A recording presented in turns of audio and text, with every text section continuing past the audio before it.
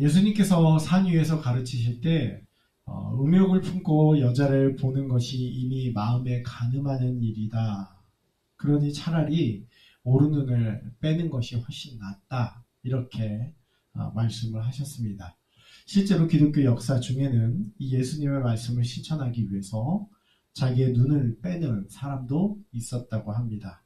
그러나 자기의 눈을 뺀 사람의 고백을 보면 여전히 눈을 뺐다고 하더라도 마음속에 있는 그 음욕의 문제를 해결할 수가 없었다는 것입니다.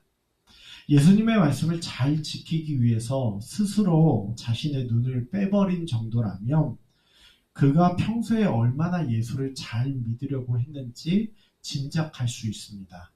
아마 한 시인의 말처럼 죽는 날까지 하늘을 우러러 한 점 부끄러움이 없기를 바라며 그렇게 삶을 살려고 했을 것입니다.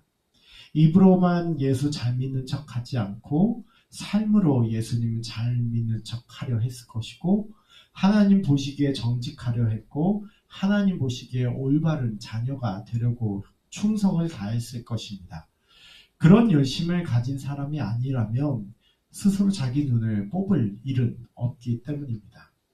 그래서 만약 우리 중에 그런 사람을 혹시나마 우리가 만나게 된다면 우리는 그를 신앙의 모델로 삼고자 할 것입니다. 내가 예수를 믿어도 저 사람처럼은 잘 믿지 못하겠다 생각하며 마치 그를 성인처럼 취급할지도 모르겠습니다. 그러나 그렇게 예수를 잘 믿고자 했던 그 사람도 심지어 자기의 눈을 빼서 버릴 만큼 자기의 눈을 빼버릴 만큼 죄짓지 않으려고 했던 이 사람이 그렇게 함에도 불구하고 마음에 음욕이 있었다고 말한다면 과연 이 말씀 앞에 누가 온전하게 설 수 있을까? 누가 죄로부터 과연 자유로울 수 있을까? 마음에는 원이로되 육신이 약하다라는 말처럼 우리는 참 연약한 존재라는 것을 깨닫습니다.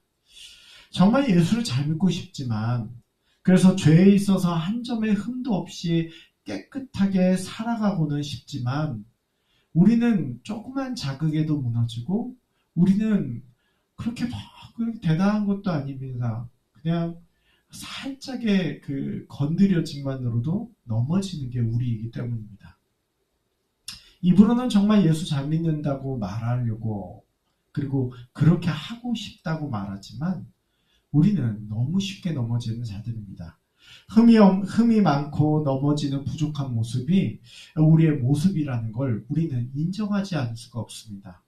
아무리 의롭게 살려고 해도 아무리 바르게 살려고 해도 결코 죄로부터 우리가 자유로울 수 없다는 것을 깨닫습니다.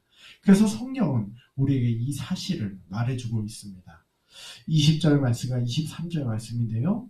그러므로 율법의 행위로 그의 앞에서 의롭다 하심을 얻을 육체가 없나니 율법으로는 죄를 깨달음이니라. 모든 사람이 죄를 범하였음에 하나님의 영광에 이르지 못하더니 의롭다함을 받을 육체가 없다는 겁니다. 기독교 교리를 두고 안 믿는 많은 사람들이 반발하는 게 있습니다. 그게 뭐냐면 바로 자신을 두고 죄인이라고 말하는 부분에 있어서 반발을 합니다. 왜 자기가 죄인이냐고 반발을 합니다. 내가 무슨 죄를 저질렀냐고 목소리를 높여서 반발을 합니다. 자기만큼 착하게 사는 사람이 어디 있냐고 말을 합니다. 하지만 그건 아주 큰 착각일 뿐입니다. 왜냐하면 비록 정말 그가 다른 사람보다 훨씬 나은 의를 가질 수는 있겠지만 그래서 다른 사람들보다 훨씬 괜찮은 사람일 수도 있겠지만 하나님 앞에서 의롭다함을 받을 수 있는 수준은 아니기 때문입니다. 우리는 앞선 자기 눈을 뽑았던 그 사람의 이야기를 통해서도 알 수가 있습니다. 우리가 의로운 삶을 살고는 싶지만 그게 내 마음대로는 되지 않는다는 겁니다. 율법의 행위로 그 앞에서 의롭다함을 받으니까 누구도 없으니 우리는 율법을 통해서 결국 내가 이렇게나 부족하구나, 이렇게나 모자라구나, 이렇게나 죄인이구나 깨달을 수밖에 없습니다. 우리끼리 비교할 때는 누가 더 깨끗한지는 말할 수가 있습니다. 누가 더 부족하고 누가 더 좋은 사람인지 정도는 우리끼리는 말할 수 있습니다. 그건 우리끼리의 비교일 뿐입니다. 사람이 100m를 가장 빨리 달린 기록이 9.58초라고 합니다. 그러나 치타는 100m를 6초대로 달립니다. 우리는 100m를 9초에 달리기만 해도 인간 탄환이라는 말을 쓰기도 합니다. 제가 보기에 100m를 9초대에 뛴다는 건 상상할 수도 없는 빠르기이지만 자연에 비춰보면 빠른 속도가 결코 아닙니다.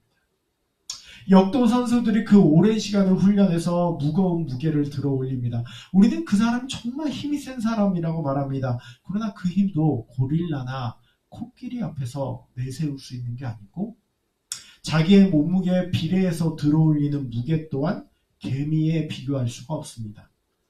우리끼리나 비교하면 꽤나 대단한 것 같지만 꽤나 뛰어난 것 같지만 그건 우리끼리 비교할 때나 그런 겁니다. 많은 사람들이 키 작은 사람들을 향해서 그런 농담을 합니다. 아래 공기는 답답할 거라고. 또 키 큰 사람을 향해서 농담합니다. 위에 공기가 맑을 거라고.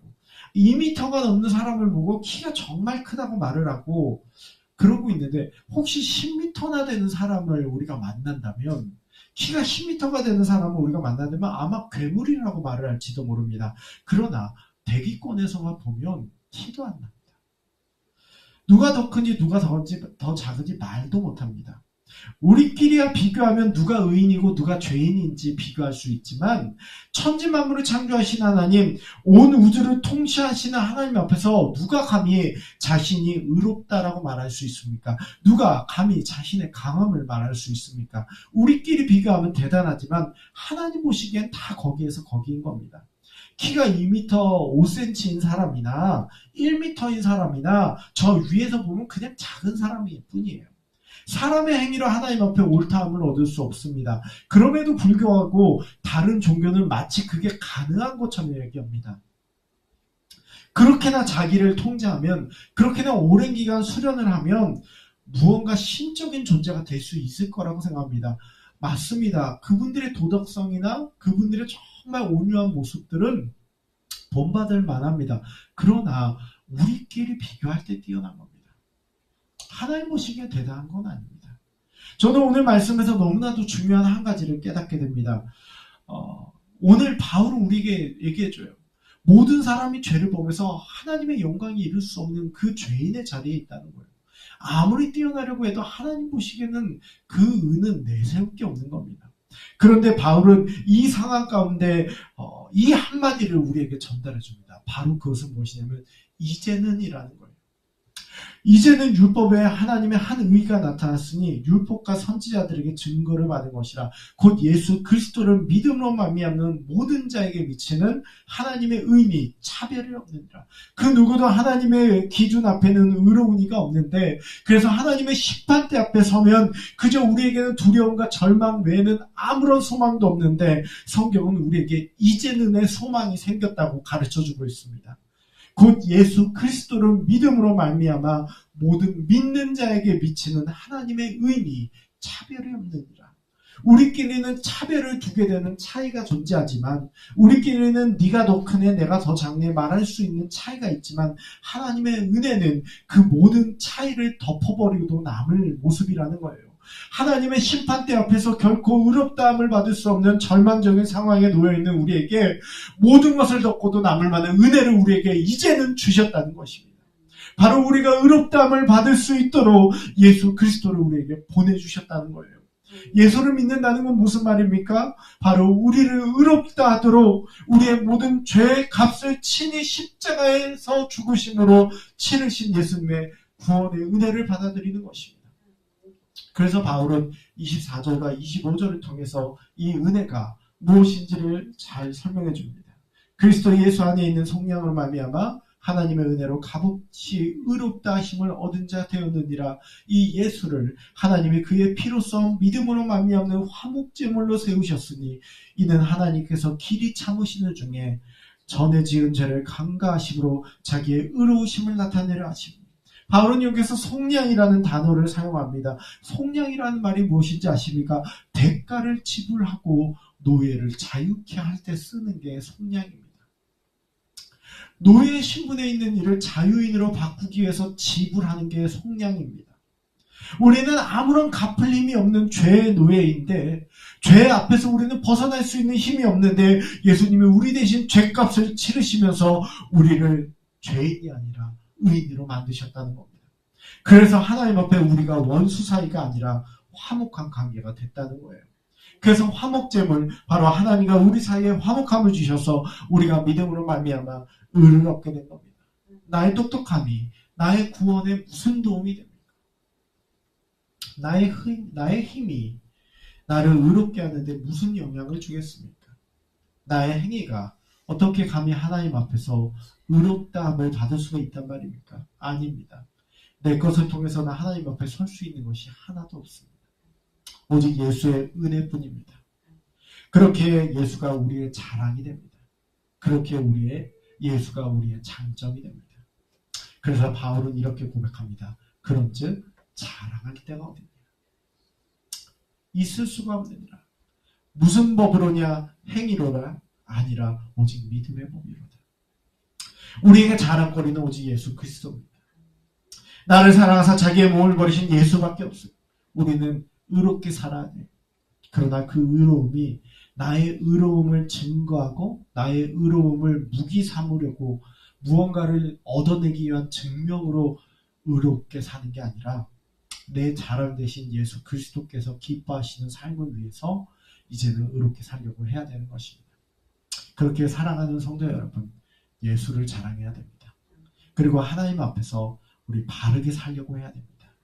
이게 우리를 구원하는 건 아니지만 구원받은 우리가 해야 되는 일입니다. 삶으로 살지 않는데 아무것도 되지 않습니다. 삶으로 행동하지 않는데 아무것도 일어나지 않습니다. 우리는 의롭다함을 받은 자, 예수 그리스도께서 친히 우리를 속량하심으로 의롭다함을 받은 자로서 우리가 삶으로 살지 않고서 안 되는 겁니다. 오늘도 주의 자녀답게 각자의 자리에서 예수를 자랑하십시오. 그리고 예수님이 기뻐하시는 하루를 살려고 하십시오. 이게 우리가 해야 될 일인 줄로 믿습니다. 그 모습이 될 수 있기를 주의 이름으로 권면드립니다.